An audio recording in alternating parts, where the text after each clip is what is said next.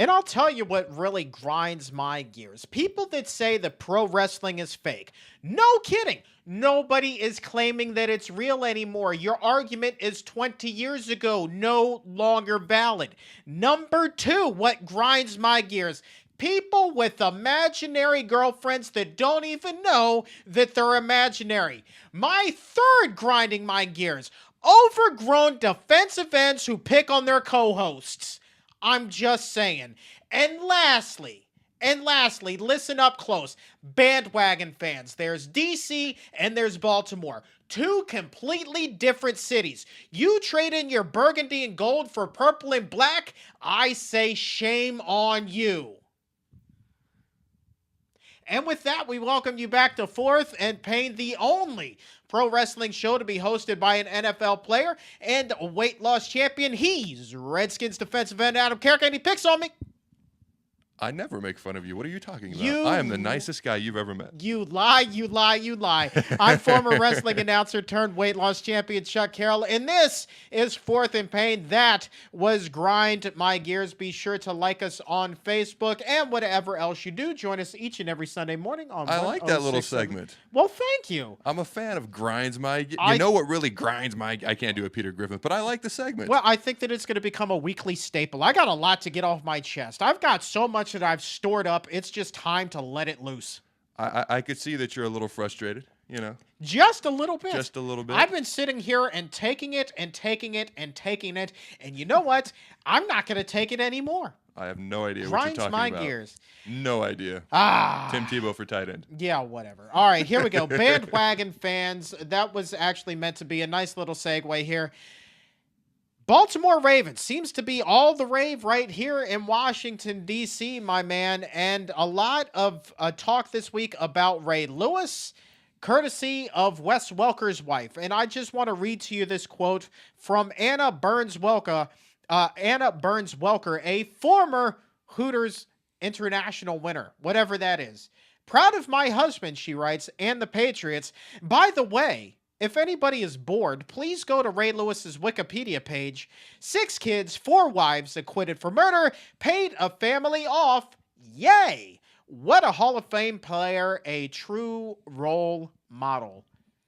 Those are some harsh words. I think a lot of that's being brought on because of what's going on after the games. You know, Ray is proclaiming everything. You know, they're winning because of God. He's made these sacrifices, these personal sacrifices, and he is claiming that God is the reason that they win these games. And so I think as a result of this, people want to bring him down. They want to bring up some of the mistakes he's made in his past. Now, what is your take on this? Do you feel?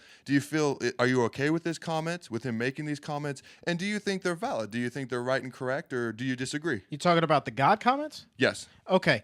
I believe that God plays a role in each and every one of our lives. But Adam, I'd be lying if I told you I think that he dictates the outcome of football games. I believe that there are much bigger fish to fry in the world than the outcome of a game at the end of the day. We all love it, but it's still a game on Sunday afternoon.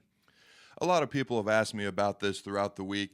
And at first, my initial reaction was, no, God, you know, he's not sitting up there in his burgundy and gold or his Patriots colors or anything like that.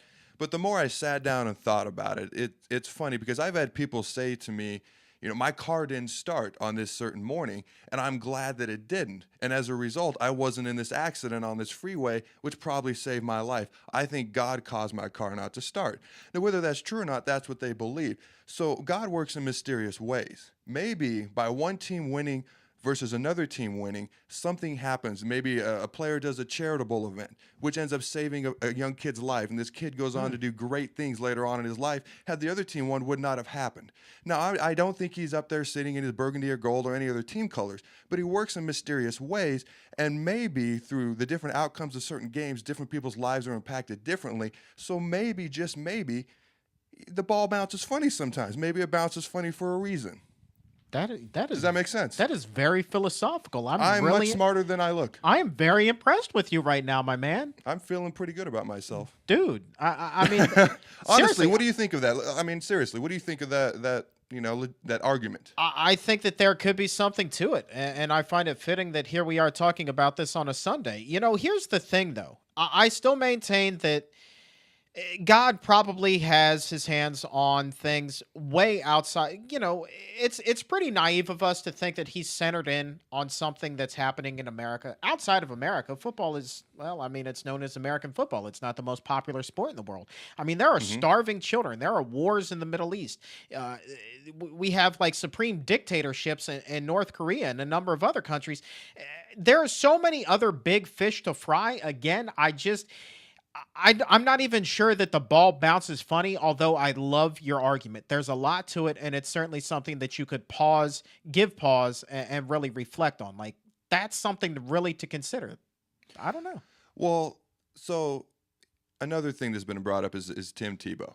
A lot of people bash Tim Tebow because he wears like Bible verses on his arms, or he'll write it on his wrist tape or whatnot. And some people are getting on Ray Lewis, but a lot of people are supporting him in his endeavor now. Why does Tim Tebow get bashed a lot more than Ray Lewis does? Well, you got to remember, Tim Tebow came out the year that he was drafted, and I believe he had an anti-abortion ad during the Super Bowl, or something like that, which was a real big religious statement. So he's made no qualms about it, and he's been a lot more in your face about his actual beliefs and what's right and what's wrong as far as roles of a woman and a man and things of that nature. He's been very much in your face about it, whereas Ray Lewis is just saying God is dictating the outcome of a football game. I don't know that he's more in your face about it, because I don't know that he actually says a ton. He doesn't have to. People know. If you watch these post-game interviews, that's all Ray Lewis talks about. You saw Ray Lewis's backside for about 5 straight minutes after the win last week, because he was on his knees praying, and everyone's taking pictures and recording this. And then when he does the interview, that's all he talks about for 10 minutes. Yeah, but he didn't pay what, $30 million for a Super Bowl ad, or at least be the face of a $30 million Super Bowl ad. That's a big difference. That's a huge difference. Are you okay with him making these comments week after week after all of these wins? Are you okay with him? Maybe you agree or you don't agree, but are you okay with him making these comments like this? I'm fine with it, because he's not telling anybody how to live their life. What Tebow did was tell people how to live their life. That's the big fundamental difference here for me. So you seem to actually take a lot more exception to Tebow than Ray Lewis. I mean, a considerable amount. Absolutely. I take a lot more exception to Tebow, point blank and period, on pretty much everything. But but in this particular instance, again, I don't want anybody, I mean, this is America, damn it. I don't want anybody for any reason telling me how I should live my life. I'm going to live my life the way that I see fit to live it. And what Tim Tebow did, took out all of this money, or again, the organization that he was representing took out all of this money to go ahead and put their message across, telling people how to live their lives. That's where I get, a little bit offended. Now, he's got the First Amendment. It's not just about the media or the press being able to say what they want. He can say what he wants. I mean, he has the right to profess his beliefs and say what he believes in, pro-abortion, anti-abortion, all this stuff. Honestly, I don't have a problem with what Tim Tebow does, whether I agree or disagree with it. I don't have a problem with what Ray Lewis does after games. If you believe it, if you think God made you win the game, that's fine. I don't necessarily think he made you win the game, but I will defend. I'm not saying what he's saying is stupid. I'm not saying it all, but I'm saying I've heard people say stupid things, and I'm going to call it stupid, but I will defend their right to say that stupid thing. Now, once again, what Ray Lewis said is not stupid. I actually agree with it on a personal note. The only thing I don't really agree with, and I find a little interesting, is when he says, I've made all these sacrifices, and that's why we're winning. Now, here's my question. A lot of guys make sacrifices. A lot of guys change their lives and turn their lives around. Why would God reward him over, say, a lot of guys on the Patriots who've had to overcome certain things and change certain things about their lives? Why would Ray Lewis get rewarded over them? Well, I'm not so sure that that's even a religious debate. I think that Ray Lewis made the conscious decision to change his life and is actually working hard to do it. And when you set your mind to do something and you actually start living that, whether you attribute it to God or not, the fact of the matter is you're living that every single day, and you're living it more than the average guy. It's just like the person that works the hardest is going to get, the greatest reward. So that's kind of what that comes down to in my eyes. If he attributes it to God, then so be it. The same way he attributes the outcome of the game, then so be it. But the fact of the matter is, he actually made the conscious decision to go out there to change his life after that incident in Atlanta, and he's done a whole lot of good. And then people like Wes Welker's wife come along And they just want to bring it all back. They want to bring it all back. Relive the past. These are old arguments. It's no different. Well, it is a little bit different. It's a little more serious than the person who still argues, well, you shouldn't like pro wrestling because it's fake. Well, newsflash, 99% of what you watch in TV and the movies is also fake, but you still watch it. Get over it. So Ray Lewis, he's living the good life. Should be commended for that. Nothing wrong with what he's doing. Now, you complain that I make fun of you and I'm a little rough on you and blah, blah, blah. You like soft tacos. But thank you, Chad Dukes. But here's what I'm going to say. This is coming from a man who lost 250 pounds without ever stepping foot in a gym. So you know something about changing your life. You know something about making, a big endeavor to change things that you didn't like and you wanted to improve on. So you definitely have a platform and a right to talk about such things. Right. Absolutely. Well, thank you, man. I appreciate you recognizing that, because that's exactly, it's a little bit different, the circumstances, but when you make the decision to change your life, evolve, become, version 2.0, and you put your heart and your soul into that, and again, no matter what you attribute that to, that's your decision. You did it. And only a person that's actually walked in those steps is going to know how powerful that is and how much he deserves to be commended. Ray Lewis can do, he can attribute this again to whomever, whatever entity he wants to attribute it to.